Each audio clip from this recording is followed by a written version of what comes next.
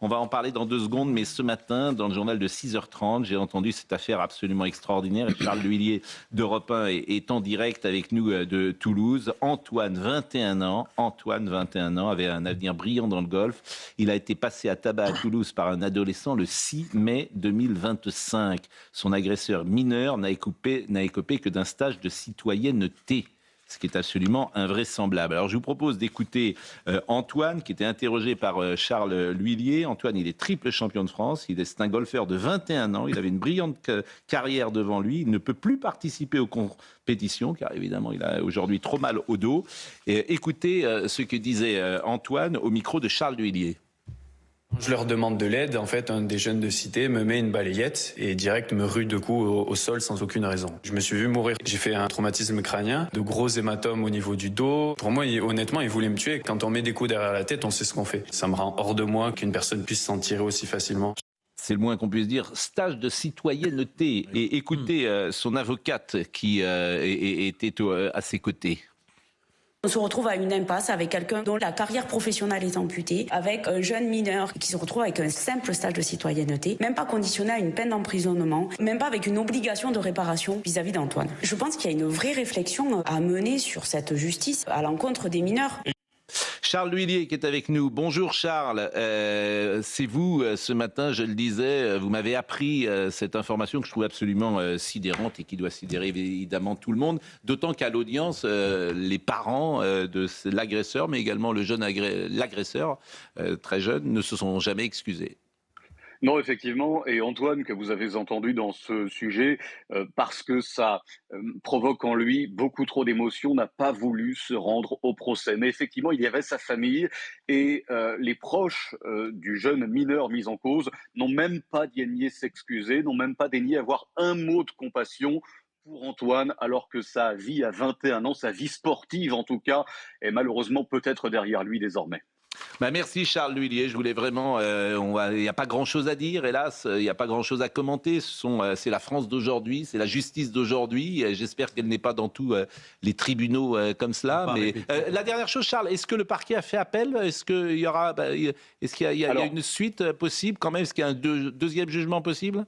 Merci de poser cette question parce que c'est aujourd'hui ou jamais. Il ne reste que quelques heures au parquet pour faire appel. Après quoi, eh bien, tout cela sera impossible malheureusement. Ah, parce que le parquet n'a toujours pas fait appel. Écoutez, si le parquet nous entend, et s'il est ému par cette affaire, peut-être prendra-t-il une décision. En tout cas, on dira lundi si le parquet a fait appel ou pas. C'est peut-être une manière d'ailleurs mais on le dira. Si le parquet a fait appel, parce qu'on nous dit parfois que la justice est laxiste ou pas, eh bien on verra lundi si le parquet a fait appel. Est-ce qu'il est utile de raison que l'avocate en tout cas m'a sollicité. Voilà. Eh bien écoutez, lundi, et on se donne rendez-vous lundi, et on aura la réponse. Oui. Et effectivement, l'avocate, on pourra l'écouter de nouveau. L'exemple supplémentaire de la faillite de la délinquance des mineurs et de la justice des mineurs. Voilà, Sylvain Maillard, qui était l'invité ce matin de Romain Desarmes, a rappelé que M. Attal avait présenté un projet de réforme qui a été retoqué par le Conseil constitutionnel, s'agissant de l'excuse de minorité. Donc on en est toujours au même point. Je suis d'accord avec vous, mais il y a un moment, et Nicolas Sarkozy l'avait dit, il y a un moment où les magistrats doivent répondre de leurs actes. Voilà. Ça me paraît quand même le minimum. Ça y a peut-être compté, c'est-à-dire qu'il y a un juge qui prend une décision, on veut savoir quel est ce juge, pourquoi il l'a prise, et les magistrats ne sont pas au-dessus ni des lois, ni de leurs responsabilités, me semble-t-il. Ça serait pas mal qu'un jour, alors je ne sais pas comment c'est possible de mettre ça en place. On avait proposé une forme, la commission d'Outreau. Voilà, qu'il y ait au moins une responsabilité qui soit... Une responsabilité, mais ça n'a pas fonctionné. Qui soit donnée. Il est 9h06, Alexandre Jardin est avec nous, je le disais, le gouvernement a dévoilé hier sa nouvelle politique énergétique. Cette dernière entend répondre d'ici à 2035 aux enjeux de souveraineté. J'ai vu que le Rassemblement national avait tout à l'heure produit un tweet. La Macronie relance le nucléaire, ça c'est rappeler ce que dit la Macronie, mais c'est évidemment faux. La Macronie s'apprête à passer en force, écrit le Rassemblement national, en multipliant les mensonges sur la relance énergétique.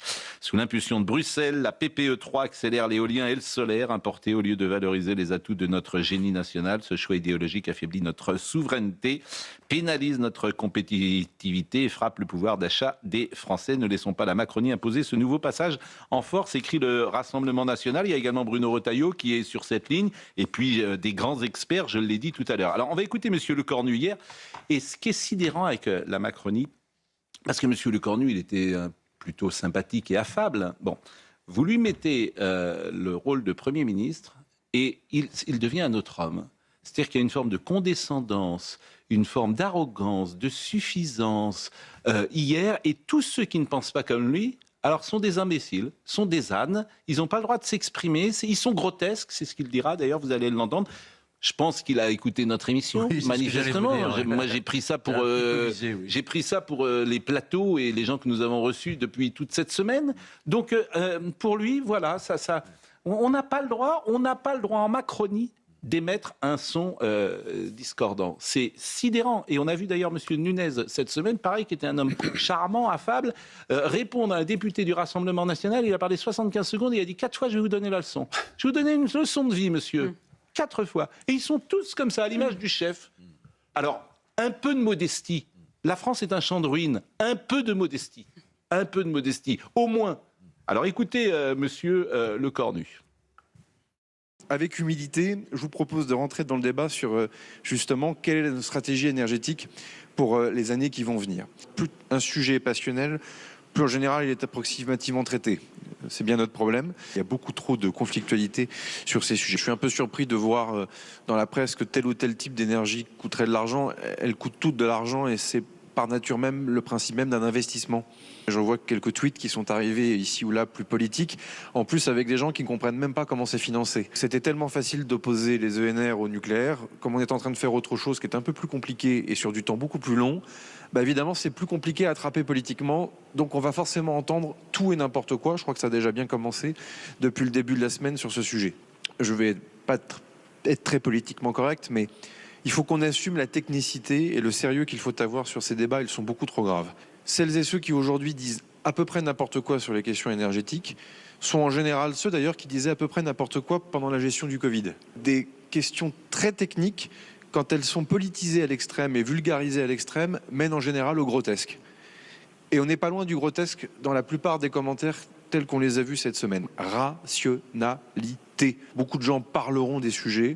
Moi, je vais essayer, avec les collègues ministres, d'être l'équipe de ceux qui démerdent les problèmes, au fond. Et voilà un problème, je crois, qu'on a plus ou moins bien démerdé pour demain au journal officiel. Il était temps de le faire, parce qu'il en allait justement, ou non, d'un déclin ou d'une source de progrès pour le pays.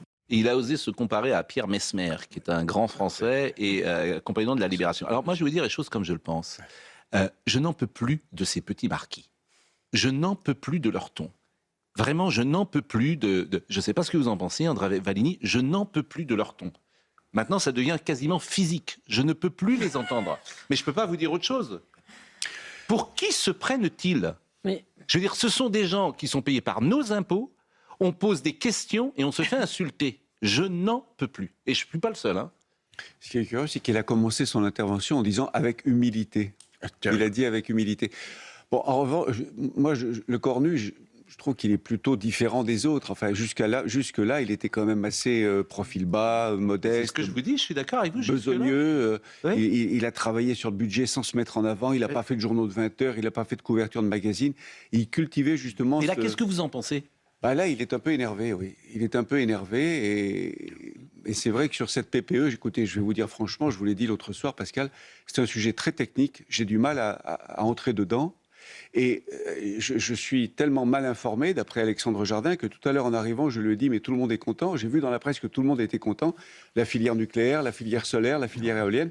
Et vous m'avez dit non, c'est pas vrai, c'est le contraire. Alors Alexandre Jardin. Bien sûr que c'est le contraire. Alexandre Jardin. Bien sûr que tous les gens que vous avez invités cette semaine étaient, eux, de véritables grands professionnels. Étaient, eux, de véritables opérateurs. Des gens qui ont géré EDF, qui ont géré RTE, qui ont fondé RTE. Et l'homme que nous venons d'écouter est en train de trahir la France. Je mesure mes mots. Votre facture d'électricité va doubler dans les 10 ans. Elle a déjà doublé depuis 10 ans. Ça veut dire que le coût de l'énergie, quand vous montez le coût de l'énergie, vous tuez l'économie française, vous tuez l'industrie. Cet homme est en train de nous trahir. Et ce qui est en train de se passer ce matin est d'une gravité absolument historique. C'est un coup d'État administratif. La publication ce matin de ce décret est un coup d'État administratif. C'est un décret. Ce n'est pas une loi. Ce n'est pas une décision du Parlement. On nous a tous appris qu'en démocratie, la dépense publique doit être maîtrisée par le Parlement. Nous devons redevenir une grande démocratie. Donc moi j'invite à la résistance aujourd'hui. Les forces de résignation ne doivent plus se coucher. Oui, mais sur le fond... Non, on ne doit plus se coucher. Il est question de défendre l'intérêt de la France. Donc moi j'invite les gens à nous rejoindre. Le mouvement des gueux va prendre la tête de ça. On va aller devant le Conseil d'État avec Maître Hazan, j'espère que vous l'inviterez, qui expliquera comment nous allons faire plier le Conseil d'État. Et ensuite, ils n'ont pas voulu de démocratie. Ils veulent passer par des décrets. Un décret! Vous vous rendez compte ce que ça veut dire? En démocratie, nous sommes en train de quitter une trajectoire démocratique. Donc ce que je demande, c'est que vous nous rejoignez. On entre en résistance. On ne va pas accepter ça. On ne va pas accepter la destruction de notre industrie, que les gens aient froid l'hiver prochain et les hivers suivants. On va se battre pied à pied et on va faire annuler ce décret par référendum.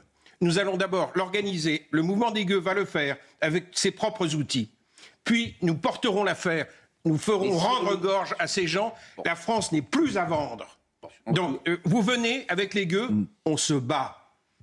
On ne se résigne pas. Mais sur le fond, moi, ce qui me sidère sur le fond, c'est que mais c'est un problème de démocratie. Mais alors, il y a ça, bien évidemment, mais sur le fond, c'est les grands experts, je le répète. Ils sont tous venus ici. Henri Proglio, oui.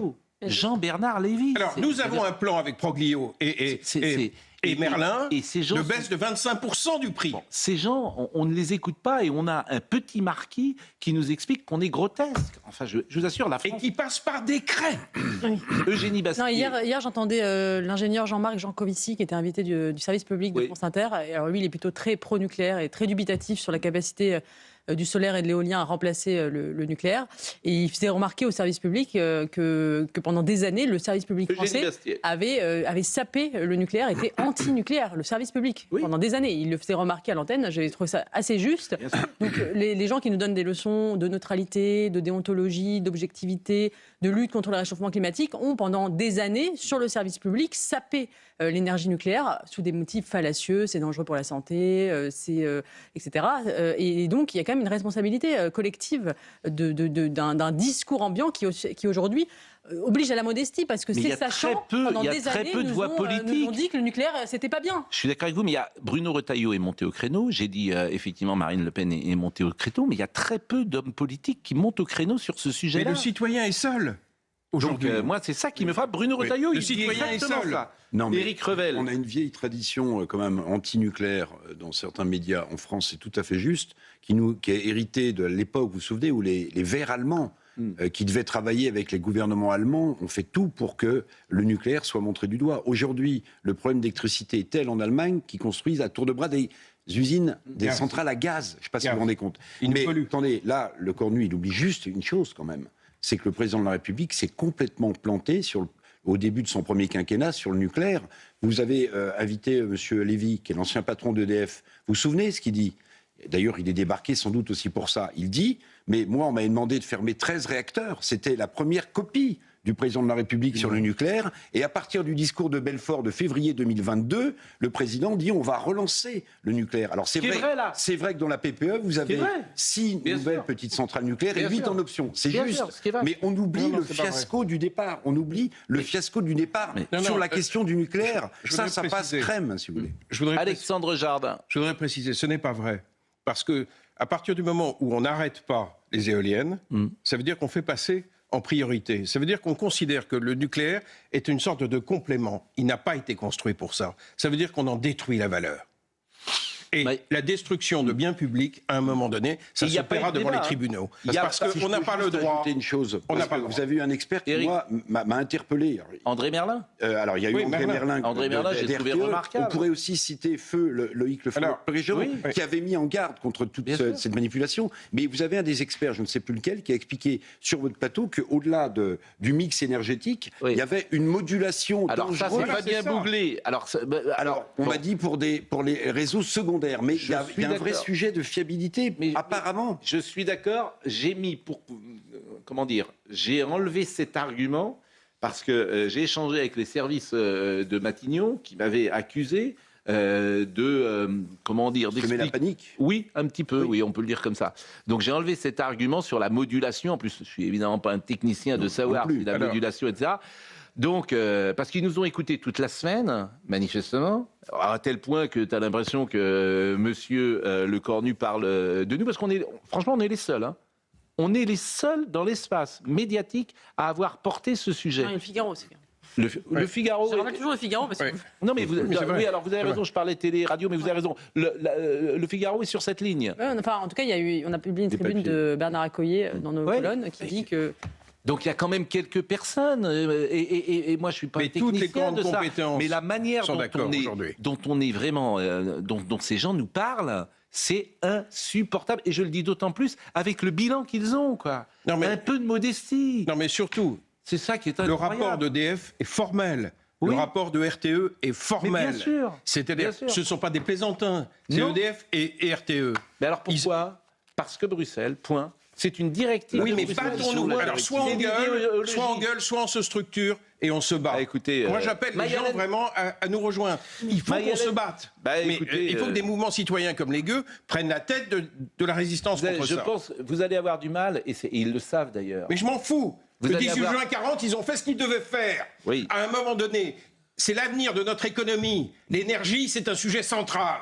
Je suis d'accord. On va détruire notre économie si notre énergie est chère. Je suis d'accord, mais vous allez avoir du mal à mettre les gens dans la rue. Mais manifestement, ils ne défendent plus la France. Nous avons une trahison au sommet. Nous avons une trahison au sommet. Nous devons nous battre. C'est les lobbies. Mais évidemment. Dites-le. Mais évidemment que c'est les lobbies. On est à un niveau de corruption inadmissible dans ce pays. Alors là-dessus, moi j'enlève ça parce que je modère. Je veux dire, je modère. Je pense simplement qu'il y a des directives européennes, il y a des lobbies effectivement. On en a parlé régulièrement. Mais vous allez avoir du mal à mettre des Français dans la rue. La présentation de Le Cornu était faite par un lobbyiste de l'éolien. Je veux dire, c'était frontal, c'était assumé. Donc à un moment donné, on doit se battre frontalement. Il passe en force. Eh bien, on va se battre en force. Depuis le Covid, il passe en force sur tout. C'est clair. Les citoyens vont dire non. Ils ont compris. Et on va se structurer. Je vous l'ai dit plusieurs fois. Ils ont compris. Non, on va pas passer par là. On va construire notre propre outil référendaire. Je vous l'ai dit plusieurs fois. On le finalise. Depuis le Covid, ils ont compris que la France accepte tout. Eh bien, c'est fini. Les gens ne bougent pas. Eh bien, c'est fini. Voilà. Les gens qui nous écoutent, ils t'ont enfermé. Ils t'ont enfermé, les gens. Non, nous devons être un grand peuple. Écoutez, nous devons redevenir un grand peuple de démocrates. Mayalène Trémollet qui n'a pas parlé. Le Rassemblement national qui est très contre. Et c'est justement de mobiliser les Républicains qui sont contre aussi pour avoir une motion de censure. Et comme ils savent qu'elle passera certainement pas, ils ont annoncé qu'ils allaient quand même déposer un recours devant le Conseil d'État dans les plus brefs délais pour faire essayer d'annuler ce décret justement. Parce qu'ils dénoncent eux aussi le passage en force dont vous parlez. C'est inadmissible. Oui, franchement, ce dossier Comment est le Conseil d'État pour annuler le décret Non, mais ce dossier est parfaitement inadmissible. Hein. Qui imposerait un vote préalable sur les lois de programmation. Ce dossier est parfaitement inadmissible. Et c'est un coup d'État. Vraiment, c'est un vraiment dossier. Mais c'est un coup d'État, c'est un décret. En fait, il y a une loi préalable qui est nécessaire. En fait, l'argument du Rassemblement national, et c'est pour ça qu'ils vont devant le Conseil d'État, ils ont dit que ça serait dans les plus brefs délais, c'est basé sur cette loi de 2019 qui impose un vote préalable sur une loi de programmation. Là, on a une loi de programmation sur 10 ans, avec des dizaines de milliards qui sont investis. Qui n'ont pas respecté la procédure législative. Voilà. En gros, le passage par décret n'est pas possible selon eux. Mais bien sûr que c'est illégal. C'est un état d'esprit. Le Covid, ils ont compris. Ils ont compris. Non, les gens ne bougent pas. Ils sont enfermés pendant des mois. Non, ce n'est pas vrai.